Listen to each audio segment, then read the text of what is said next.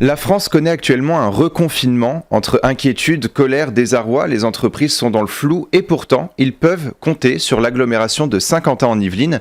Et pour en parler avec nous, je reçois aujourd'hui Alexandra Rosetti, vice-présidente déléguée au développement économique et l'attractivité du territoire et maire de Voisins-le-Bretonneux. Bonjour et bienvenue sur Sensation. Bonjour, bonjour, merci. Alors, pendant et après le confinement de mars dernier, l'agglomération de Saint-Quentin-en-Yvelines a mis un point d'honneur à accompagner les entreprises de l'agglomération. Quelles ont été vos principales missions pour accompagner les entreprises ? Alors, effectivement, dès le premier confinement, on a fait en sorte de, par exemple, de suspendre les loyers à Promopole, là, notre pépinière d'entreprise. Et puis, on s'est tout de suite impliqué dans le prêt, dans le fonds résilience, organisé par la région Île-de-France. Donc, on a abondé à hauteur de 500 000 euros, qui est un prêt qui, au départ, d'ailleurs, était destiné aux entreprises qui ne pouvaient pas obtenir le PGE. Et puis là, qui aujourd'hui est en train de s'élargir. Alors, l'agglomération de Saint-Quentin-en-Yvelines a voté 2 millions d'euros de plan de relance pour les entreprises du territoire. Ces 2 millions d'euros se sont ajoutés à la carte interactive que vous aviez mis en place et qui a eu pour objectif d'augmenter la visibilité des commerces et des services ouverts pendant le confinement. La communication sur Internet a été capitale pendant le premier confinement. Alors oui, je pense que chaque commune a travaillé avec ses propres commerçants, mais l'apport de l'agglomération dans ce domaine-là a été vraiment important et le Facebook Saint-Quentin soutient ses commerçants fonctionne bien. Il fonctionne encore tous les jours d'ailleurs, puisque les commerçants s'en servent pour poster ce qu'ils font, leurs nouveautés. Voilà. Et puis l'agglomération va aller un petit peu plus loin dans ce domaine d'ailleurs, c'est avec la mise en place d'un marketplace d'ici, on espère, 2 semaines, pour assister les commerçants dans une démarche de click and collect. Bon, je suis désolée, je parle avec des mots anglais. Donc une place de marché virtuelle pour aider les commerçants dans leur souhait de faire des livraisons ou du drive. Le click and collect, en fait, c'est quelque chose qui est devenu important finalement en temps de confinement. Même là, pour ce second confinement, beaucoup d'entreprises, de magasins et de commerces utilisent le click and collect pour continuer à vivre. Et vous, c'était important justement de proposer ça aux commerces du territoire ? Oui, parce que tout le monde n'a pas la même capacité d'organisation dans ce mode-là. Certains l'avaient déjà fait au premier confinement et donc tout de suite l'ont réactivé. Et peut-être que d'autres auront besoin de notre assistance et de notre aide. Donc on va le lancer là au niveau des 12 communes qui sont toutes d'accord pour participer à ce nouveau produit. Et on l'a vu aussi par rapport au reconfinement, Emmanuel Macron qui a du coup obligé beaucoup de commerces à fermer leurs portes. Vous soutenez justement ces commerces qui sont en fermeture administrative ? Alors là, je ne peux donner qu'une position en tant que maire. En tant que maire Voisins-le-Bretonneux, pour le coup, moi je ne suis pas du tout, je n'irai pas prendre d'arrêté. Je crois qu'il faut qu'on soit vraiment tous soudés, parce que sinon je ne vois pas comment on va pouvoir résoudre cette crise. Donc il faut qu'on aide nos commerçants d'une autre façon, non pas en les encourageant à ouvrir contre la loi, on va dire, mais vraiment il y a d'autres façons de les aider. La place de marché virtuel en est une, mais il me semble essentiel d'être tous unis pour lutter contre ce fléau. Justement, on en a parlé, les 2 millions d'euros débloqués pour les entreprises, le numérique aussi qui vous aide du coup à soutenir les entreprises. Est-ce que vous avez d'autres actions auprès des entreprises du territoire ?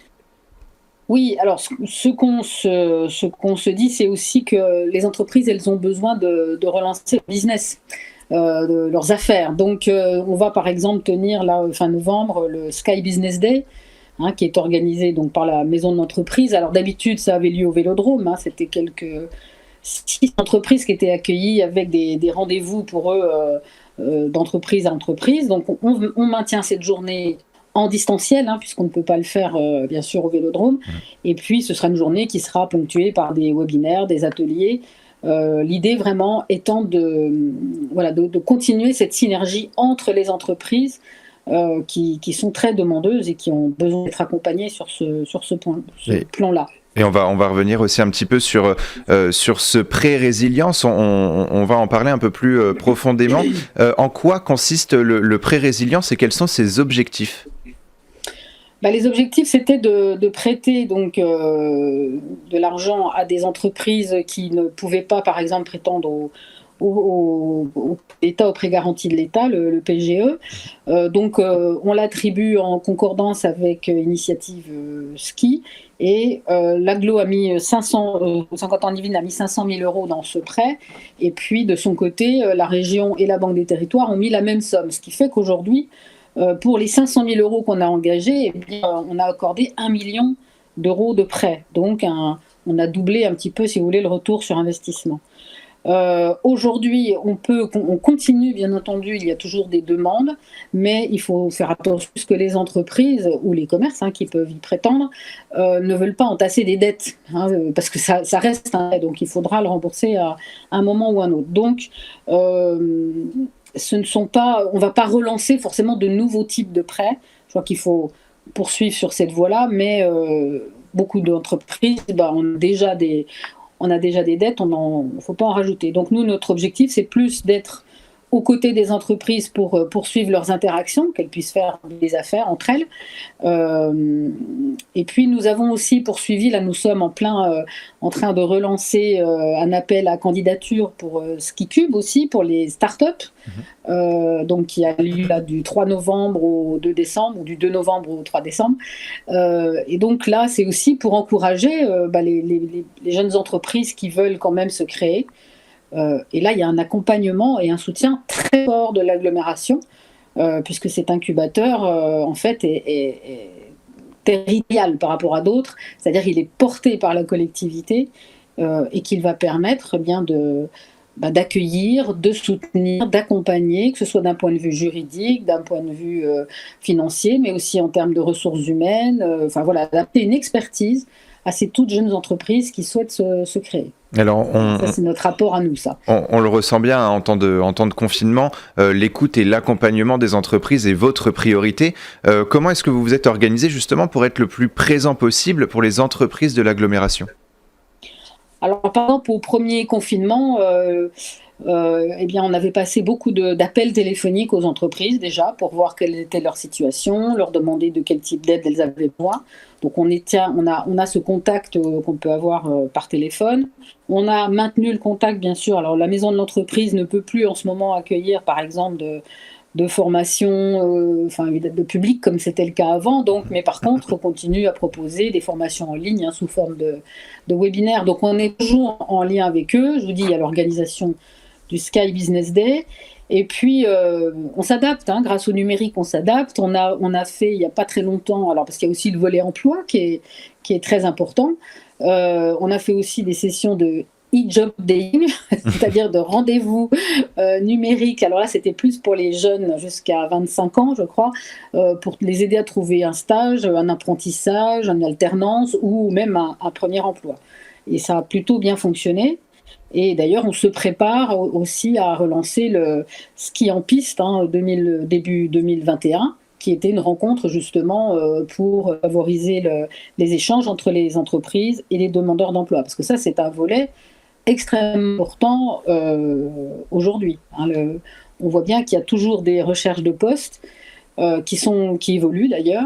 Et donc nous, on souhaite accompagner nos entreprises pour qu'elles trouvent les candidats qui peuvent leur aller, quoi. Alors on a parlé du prêt résilience, du marketplace, le principe du click and collect pour continuer à faire marcher les commerçants. Est-ce qu'il y a d'autres nouveautés aussi pour ce reconfinement ?